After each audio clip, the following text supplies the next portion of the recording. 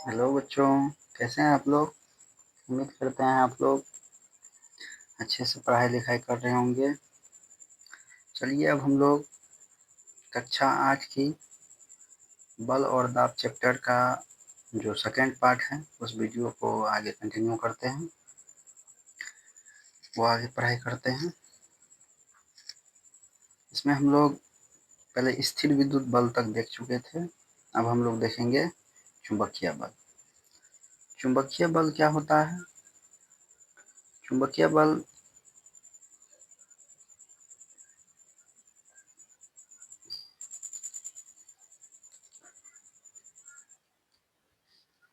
चुंबकीय बल जैसे देखिए, चुंबकीय बल क्या होता है कि चुंबक के ध्रुवों के बीच जो बल लगता है, चुंबक के ध्रुवों के बीच जो बल लगता है उस बल को चुंबकीय बल कहते हैं। चुंबक के जैसे कि यहाँ देख लीजिए, हम लोग देखेंगे जैसे ये कोई चुंबक है और इस चुंबक का ये नॉर्थ पोल है और ये है साउथ पोल, ये पोल है,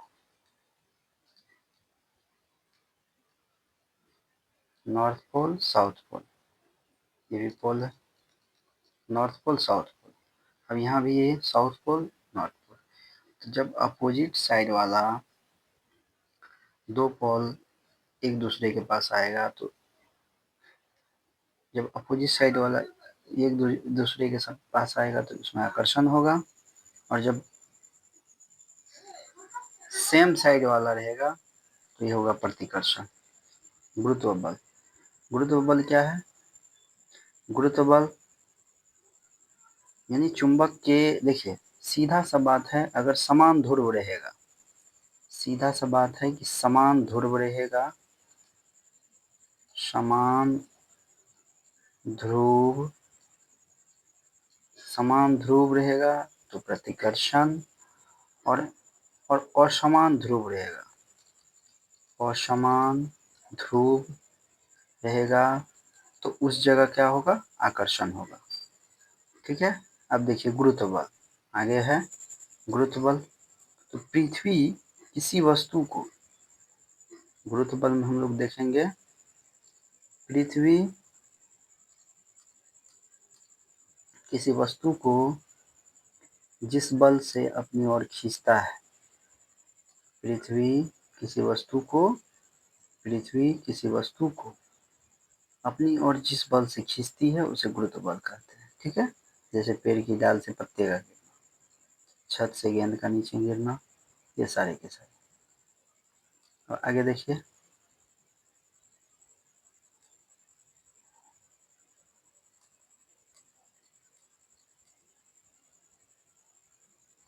परिणामी बल।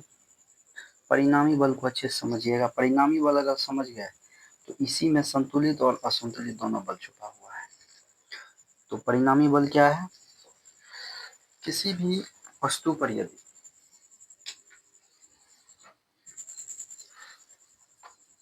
किसी भी वस्तु पर लग रहे सभी बलों के सम्मिलित प्रभाव से जो अकेला बल उत्पन्न होता है उसे कहते हैं परिणामी बल।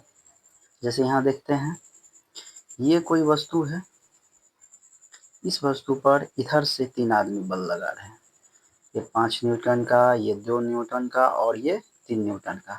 आप जानते हैं कि बल का मात्रक पहले भी बता चुके हैं, बल का मात्रक क्या होता है? न्यूटन होता है। न्यूटन, बल का मात्रक न्यूटन होता है।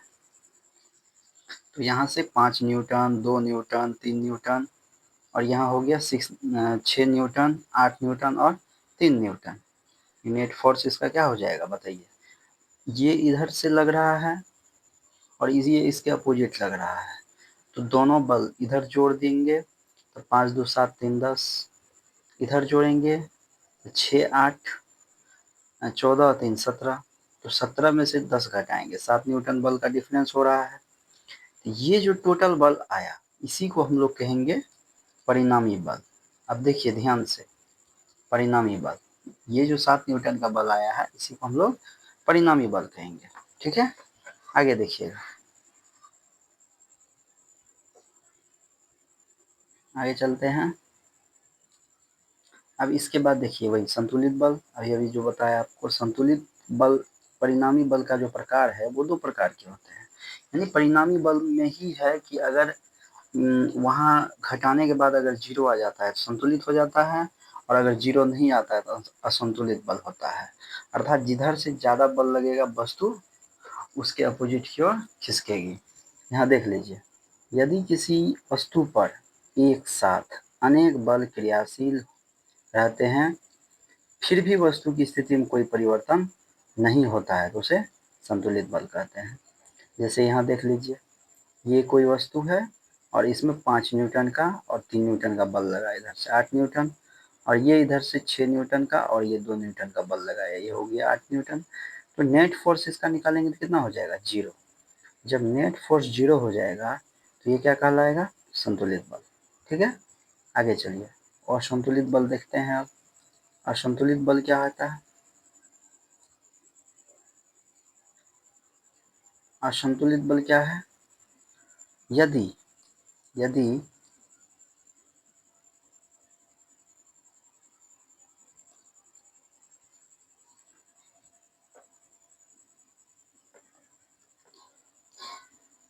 देख लीजिए, यदि किसी यदि यदि किसी वस्तु पर एक साथ अनेक बल क्रियाशील हो तो वस्तु की स्थिति में यदि परिवर्तन हो जाता है, कहने का मतलब वही है, परिणामी बल में भी वही होता है कि सभी बल लग रहा है और उसका रिजल्ट जो होता है, नेट फोर्स जो आता है वो अगर जीरो होता है तो संतुलित बल, और यदि जीरो नहीं होता है, हाँ, तो उसको कहते हैं असंतुलित बल। और यदि जीरो नहीं होगा, जैसे इधर देख लीजिए 7 न्यूटन का है और इधर 9 न्यूटन का, यानी 7 न्यूटन का बल है और इधर इधर 9 न्यूटन का बल है, इधर 7 न्यूटन का बल है। तो इधर वाला ना बल ज्यादा लगा रहा है, ज्यादा लगा रहा है तो वस्तु किधर की ओर गति करेगा, देखिए यहाँ डायरेक्शन दे चुके हैं, किधर की ओर गति करेगा, इधर की ओर मूव करेगा। अर्थात इधर ज्यादा बल लग रहा है तो वस्तु कम वाले की ओर मूव करेगा। आगे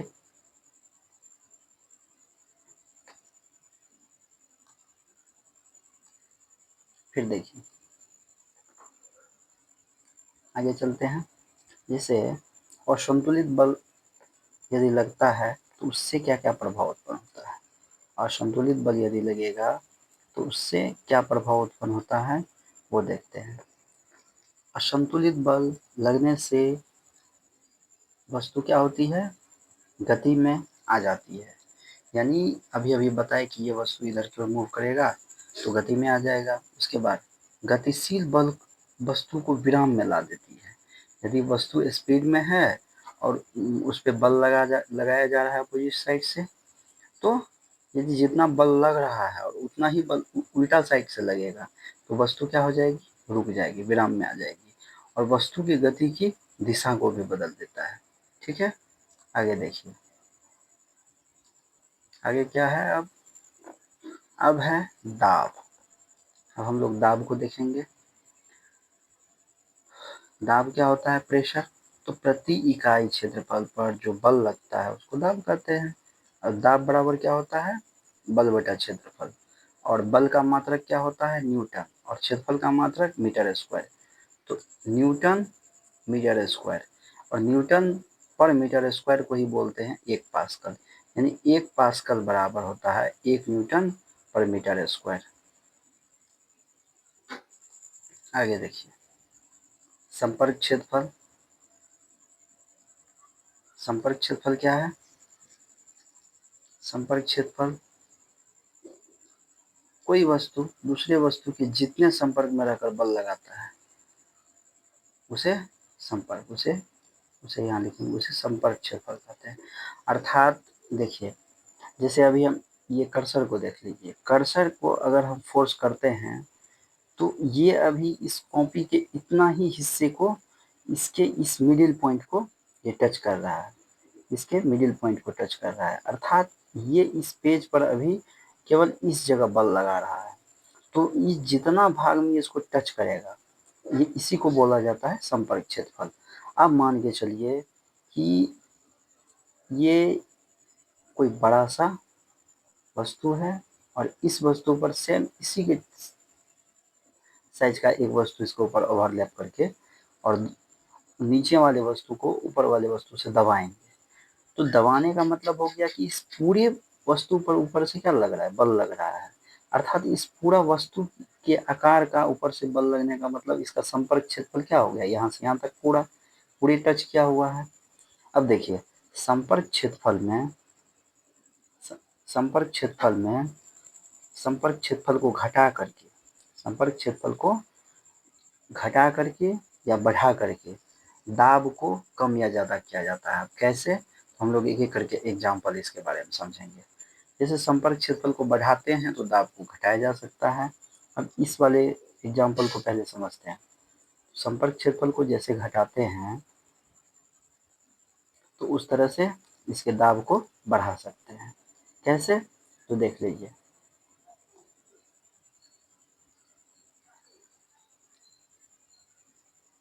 यहाँ देखिए, जैसे दलदली भूमि पर खाली पैर, इसको क्वेश्चन की तरह से हम लोग समझेंगे, है ना, कि दलदली भूमि पर हम लोग देखते हैं कि फिर बरसात का मौसम में कि हम लोग दलदली भूमि पर जैसे ही चलते हैं, कीचड़ पर पैर रखते हैं तो अगर खाली पैर पड़ गया तो पैर एकदम अंदर धंसना ही धंसना है। अगर वहां पर ईंट रखा हुआ है या लकड़ी का तख्ता रखा हुआ है तो उस पर यदि हम लोग पैर रखते हैं तो नहीं धंसता। ऐसा क्यों होता है, तो ऐसा इसलिए होता है कि यहाँ देखिए, यदि खाली पैर हम लोग चलते हैं, खाली पैर यदि चलेंगे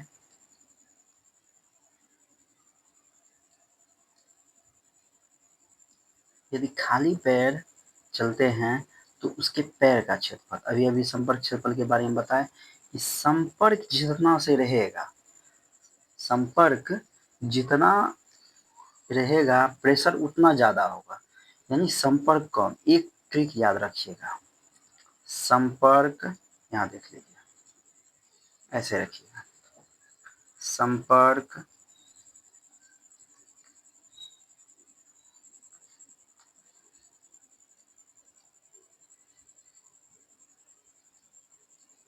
संपर्क कम, दाब ज्यादा, दाब ज्यादा,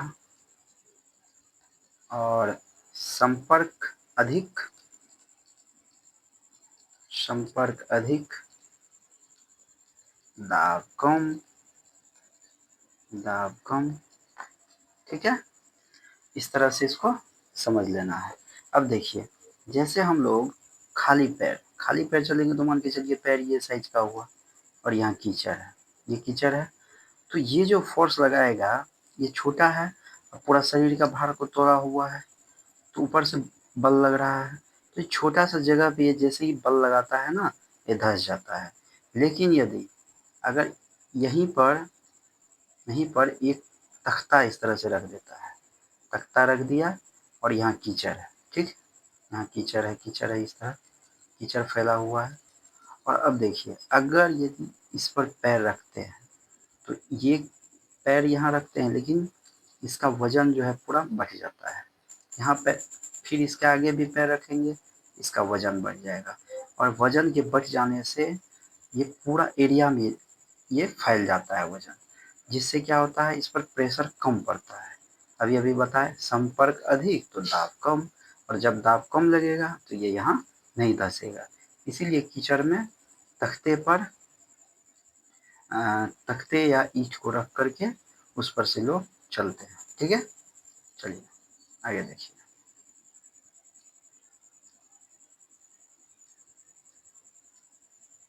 अब देखिए, अब अगला जो क्वेश्चन है वो देखेंगे हम लोग। जैसे गीली मिट्टी में भी कहता है ट्रैक्टर, ट्रैक्टर का देखे होंगे पीछे का जो टायर होता है वो काफी चौड़ा होता है ना। तो ये यहाँ क्वेश्चन ये पूछ रहा है कि गीली मिट्टी में भी गीली मिट्टी में भी ट्रैक्टर आसानी से गुजर जाता है कैसे, या गुजर जाता है कैसे। तो सीधा सा बात है, अभी अभी हम आप लोग को संपर्क क्षेत्रफल का कंसेप्ट बताएं। संपर्क क्षेत्रफल में क्या कर रहा है, ट्रैक्टर के पीछे के टायर काफी चौड़ा होता है जिससे वो अधिक संपर्क में रहकर बल लगाता है और वो धंसता भी नहीं है। इसी कारण से ट्रैक्टर के पीछे के टायर चौड़े होने के कारण क्या होता है, वो गीली मिट्टी में नहीं धंसता है, ठीक है, और वो आसानी से निकल जाता है। ठीक है, समझे इस कॉन्सेप्ट को। आगे देखिए, सीधा सा बात है, यहाँ देखिए ना, ट्रैक्टर का पीछे के टायर का ट्रैक्टर के पीछे के टायर का एरिया बढ़ रहा है, संपर्क बढ़ रहा है, तो दाब कम पड़ेगा, तो धंसेगा नहीं। और जब वहीं पर छोटा वाला चक्का वाला जाएगा, वजन ढेर है और इतना में जाएगा, तो इतना ही पहिया के साथ वो इस भूमि पर प्रेशर देगा, तो वहाँ क्या होगा, धंस जाएगा। इसीलिए कोई भी छोटा पहिया वाला गाड़ी देखते होंगे, कीचड़ या बालू वगैरह में जाता है तो धंस जाता है, लेकिन उसी जगह ट्रैक्टर आसानी से निकल जाता है। इसका कारण यही है। चलिए आगे देख लीजिए, आगे हम लोग देखते हैं। अब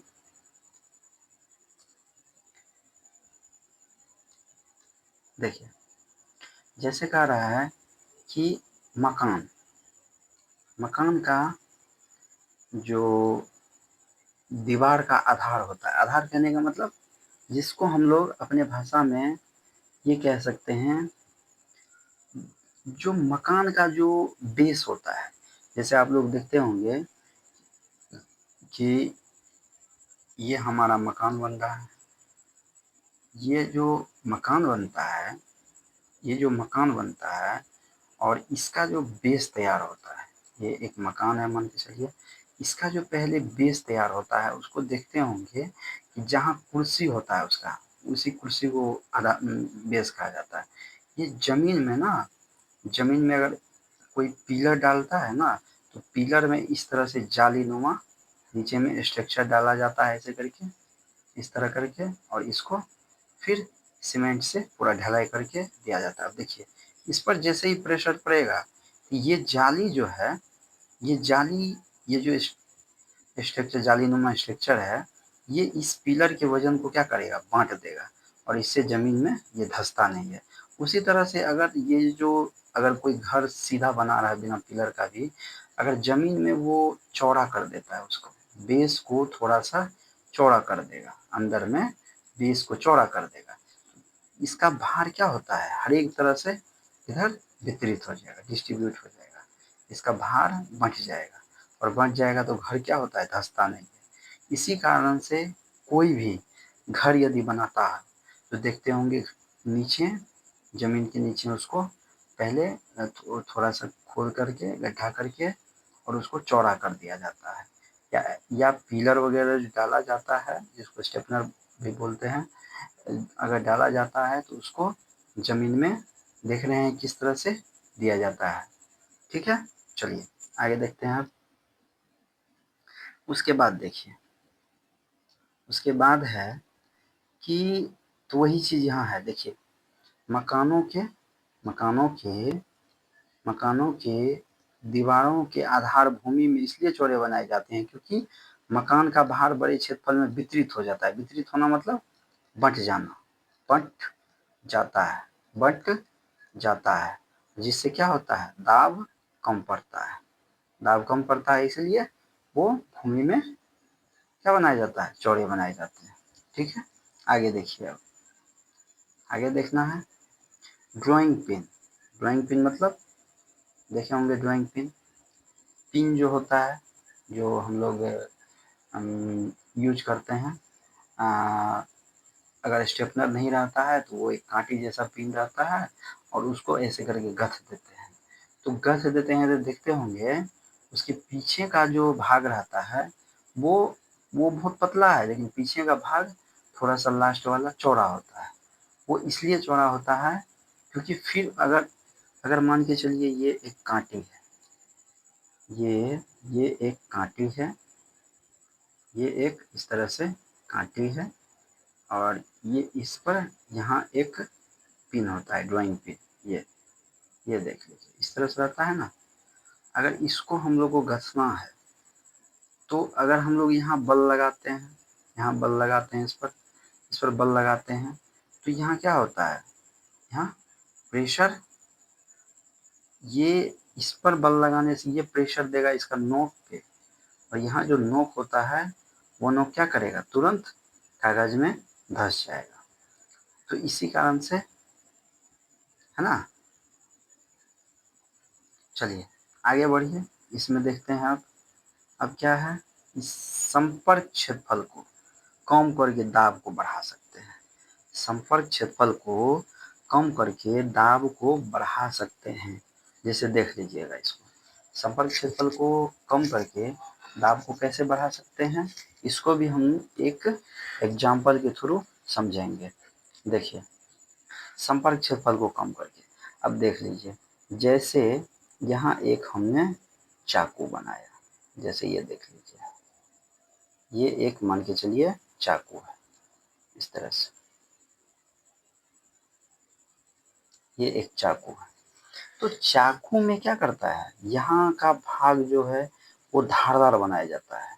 अब देखिए धारदार वाला कंसेप्ट क्या होता है, अभी अभी हम समझा है, ये पतला होता है, और पतला होता है जिस पे क्या होता है, प्रेशर अधिक पड़ता है, जिससे एक है ना, जिससे वो कोई भी वस्तु को काट पाता है।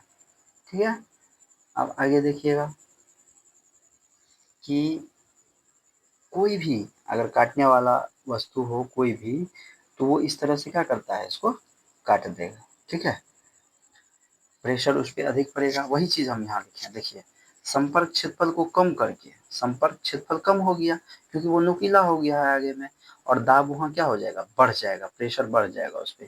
देखिए सभी काटने वाले और छेद करने वाले औजार में धार या नोक होता है, सही बात है, धार और नोक होता है, जिससे बहुत कम बल लगाने पर भी काफी दाब डालता है, और जो काम के लिए हम लोग उसको यूज करते हैं वो आसानी से हो जाता है। ठीक है, चलिए आगे बढ़ते हैं। अब देखते हैं द्रव का दाब। द्रव का दाब, देखिए द्रव का दाब क्या है, तो द्रव का दाब हुआ कि द्रव को जिस बर्तन में रखा जाता है वह बर्तन के जितने भाग के संपर्क में रहता है उस पर वह बल लगाता है, जिसे द्रव का दाब कहते हैं। अब देखिए प्रणोद, प्रणोद क्या हुआ, किसी पृष्ठ या सतह पर लंबवत लगे बल को प्रणोद कहते हैं। देखिए जैसे दाब पढ़े है ना, उसी तरह ये प्रणोद होता है। तो यानी प्रणोद बराबर क्या हो जाएगा, दाब गुना क्षेत्रफल, दाब गुना क्षेत्रफल गुना दाब गुना क्षेत्रफल, प्रणोद बराबर वही हुआ, किसी पृष्ठ या सतह पर लंबवत लगे बल। मान के चलिए ये एक टेबल का पृष्ठ है और इस पर पूरा एकदम ऊपर से ऐसे करके बल लग रहा है, तो इसको हम लोग कहेंगे प्रणोद। ठीक है, देखिए अब आगे बढ़िए, जैसे यहाँ देखिए द्रव के दाब, द्रव के दाब, तो द्रव का दाब, द्रव का दाब गहराई बढ़ने पर बढ़ जाता है। देखिए द्रव का दाब कैसे काम करता है, स्थिर द्रव में समान गहराई पर दाब सभी दिशा में समान होता है, स्थिर होता है तो होगा। द्रव अपना तल स्वयं ढूंढ लेता है, यानी आप कैसे भी करके द्रव को डाल दीजिए, बस जैसे ही डालिएगा वैसे ही वो अपना जगह पकड़ लेगा। उसके बाद होता है जैसे कि झील की सतह पर क्षैतिज होती है, पानी की टंकियां ऊंचाई पर बनाई जाती है, यानी कि झील की सतह क्षैतिज होती है, सतह मतलब झील का जमीन वाला भाग है ना, ये क्या होता है, क्षैतिज होता है। उसके बाद पानी की जो टंकियां होती है वो ऊंचाई पर बनाई जाती है, इसका क्या रीजन है कि जितना ऊंचा पे रहेगा उतना ज्यादा वो क्या करेगा, नीचे की ओर प्रेशर देगा, और उतना ज्यादा टंकी प्रेशर में काम करेगा। ठीक है, चलिए आगे बढ़ते हैं। अब हम लोग फिर है वायुमंडल। अब देखिए वायुमंडल से परिचित ही होंगे, वायुमंडल किसे कहते हैं, वायुमंडल, वायुमंडलीय दाब को पढ़ने के लिए हम लोग वायुमंडल को पढ़ेंगे, यानी पृथ्वी को सभी ओर से ढकने वाली जो हवा का आवरण होता है उसको वायुमंडल कहते हैं। ठीक है, आगे देखिएगा, फिर पृथ्वी की सतह से 1000 किलोमीटर की ऊंचाई तक फैला हुआ है ना। आगे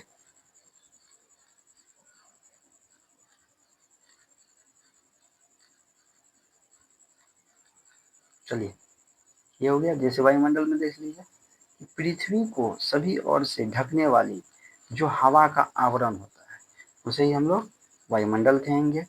और पृथ्वी की सतह से 1000 किलोमीटर की ऊंचाई तक या फैला हुआ है कौन? वायुमंडल। वायुमंडलीय दाब क्या है?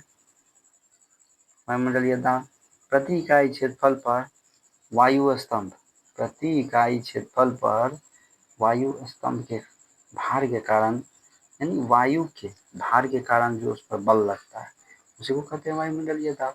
वायुमंडलीय दाब का खोज 1654 ईस्वी में किसने किया था? जर्मन वैज्ञानिक ओटो वान गेरिक ने किया था।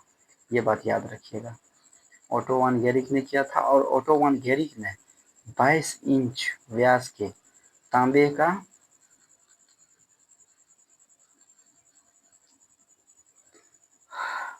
तांबे के 2 खोखले अर्धगोले का प्रयोग करके विशाल दाब को दर्शाया था। ठीक है, चलिए आगे देख लेते हैं, इसको थोड़ा सा बचा हुआ है। अब देखिए, पृथ्वी की सतह पर वायुमंडलीय दाब जो होता है 1,00,000 पास्कल होता है, 1,00,000 पास्कल होता है। उसके बाद है समुद्र की सतह पर वायुमंडलीय दाब लगता है। समुद्र की जो सतह पर है वो क्या लगता है? वायुमंडलीय दाब लगता है।